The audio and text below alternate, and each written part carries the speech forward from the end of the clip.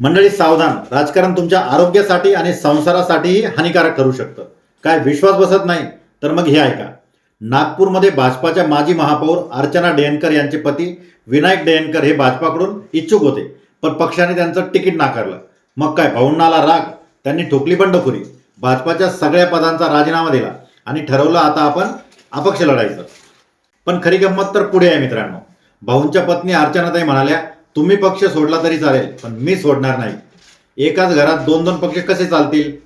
मग रोजचे भांडणं नको, कटकट नको, म्हणून वहिनीने थेट बॅग भरली आणि त्या निघाल्या माहेरी. तिकडे पक्षाने तिकीट कापलं आणि इकडे वहिनीने थेट कनेक्शनच कापलं. आता भाऊंची परिस्थिती अशी झाली, दिवसभर मतदारांचे पाय धरा आणि रात्री घरी येऊन स्वयंपाक करा. याला म्हणतात घरकाना घाटका. निकाल काहीही लागो, पण सध्या तरी या राजकीय काडीमोडीची चर्चा जोरात आहे.